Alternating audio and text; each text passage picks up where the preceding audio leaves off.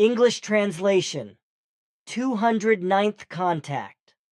Saturday, 31st May 1986, 23:51 hours. You have not been here for almost 2 months, my friend. That is of correctness. My duties kept me away from the Earth. I understand. I was asked a question that I could not answer extensively, namely with regard to the early societies of Earth humanity. As Svath taught me, the eating of humans took place in various groups, thus cannibalism. That was indeed the case, and even in medieval times human beings were still sporadically killed and eaten. In earlier times, however, long before medieval times, cannibalism occurred among the Earth humans very often, whereby the killing of those who were to be consumed happened for a variety of reasons. Enemies and prisoners were killed for this purpose. However, it also arose from starvation, violation of territory, and rivalry, etc. This was a common practice among all peoples worldwide, even among the Stone Age people and cave dwellers, etc. Those were really pleasant times. I do not think so. With my words, I do not mean that the times and events of that time were really pleasant, but rather ghastly and cruel. We say that something was horrible and cruel in the form that it was directly pleasurable, which means just exactly the opposite. A strange expression. That may be.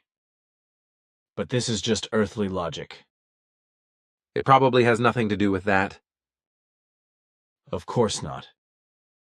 You are just a little slow on the uptake today. But tell me about what happens on Jupiter with the polar lights at the North and South Pole, which I saw on the great journey when we circled around the planet.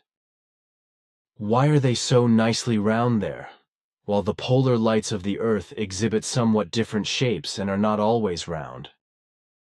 The moons of Jupiter play a very important role for this phenomenon, but they are not solely responsible for this. In addition, Jupiter's polar lights are not always uniformly round.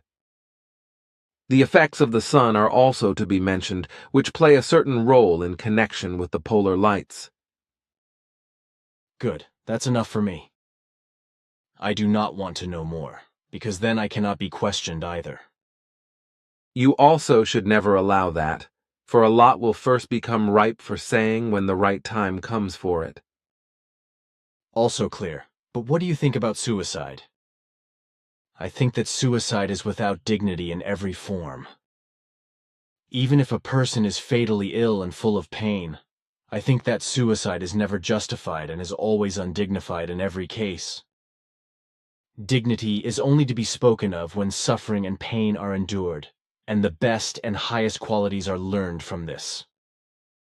But suicide, in every form, is and remains an escape from and out of life, and from one's own responsibility toward one's life's duty and one's life's meaning.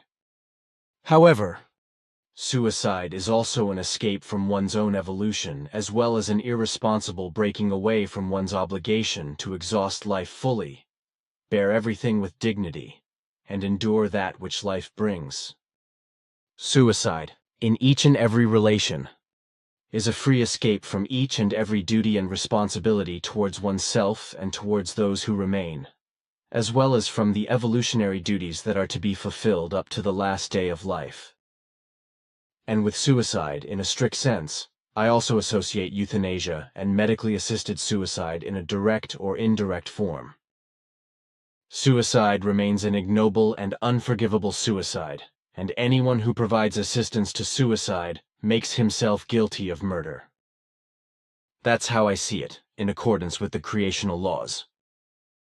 Your remarks correspond to the truth, so there is probably nothing else to be explained further. Also good. One has asked me about why the Americans actually intervene in matters all over the world, which do not concern them at all. Do you know the reason for this? Certainly. The Americans have already been striving for some time to Americanize the whole world. The origins of this lie in the First and Second World War, when power-hungry nations in Europe fell into devastating wars. The leaders in America at that time saw an opportunity in the behavior of the power-hungry to spread themselves worldwide in their own wise, but in a manner that was not the same as the world wars, yet still very effective, and in an alleged form of providing assistance or fighting the enemy. The longer the Americans go on, the more they will assume the role of a world police force at their own mercy, without any opposition from the rest of the world, and interfere without hesitation in foreign affairs and other matters that are none of their business. The majority of the world will remain silent about this and will even join in the opinion and conduct of the Americans, but not in the least because dependency and fear exist. All of this will still intensify in the coming time because no real opposition exists. But what reasons are behind this then? As I already explained to you before, the resources of different countries play a very large role, which the Americans want to bring under their control and under their use, which will be confirmed more and more in the coming time, against which the world, as a result of its dependence on America and its fear of America, takes cover in silence and does not notice the fact that America, as it has already been doing, slowly but surely Americanizes the whole world, namely with regard to the entire weapons technology, as well as with regard to computer technology, which is progressing in leaps and bounds, and various other things. Somehow, it has always seemed to me as if those irresponsible human beings in America, who constantly cry for war, the death penalty, murder, manslaughter, and terror, see themselves as superhumans but see all other humans of other nations, races, and religions as subhuman creatures and as dog people and scum. But this is probably also true of all other irresponsible humans of all other countries on Earth. Only, I would like to say that it is probably nowhere as pronounced as in America, as well as in Israel, China, and in certain Arabic countries. But in this regard, I in no wise speak of all the human beings of the respective countries, but actually only of those irresponsible riffraffs, who advocate or exercise war, terror, murder, and manslaughter, as well as capital punishment, racism, acts of hate, and the like. Of course, in this respect, there can be no talk of those who are peaceful and upright, who advocate love, peace, and freedom in more dignified, humane, and life-respecting forms, and who live, think, feel, and act in accordance with this.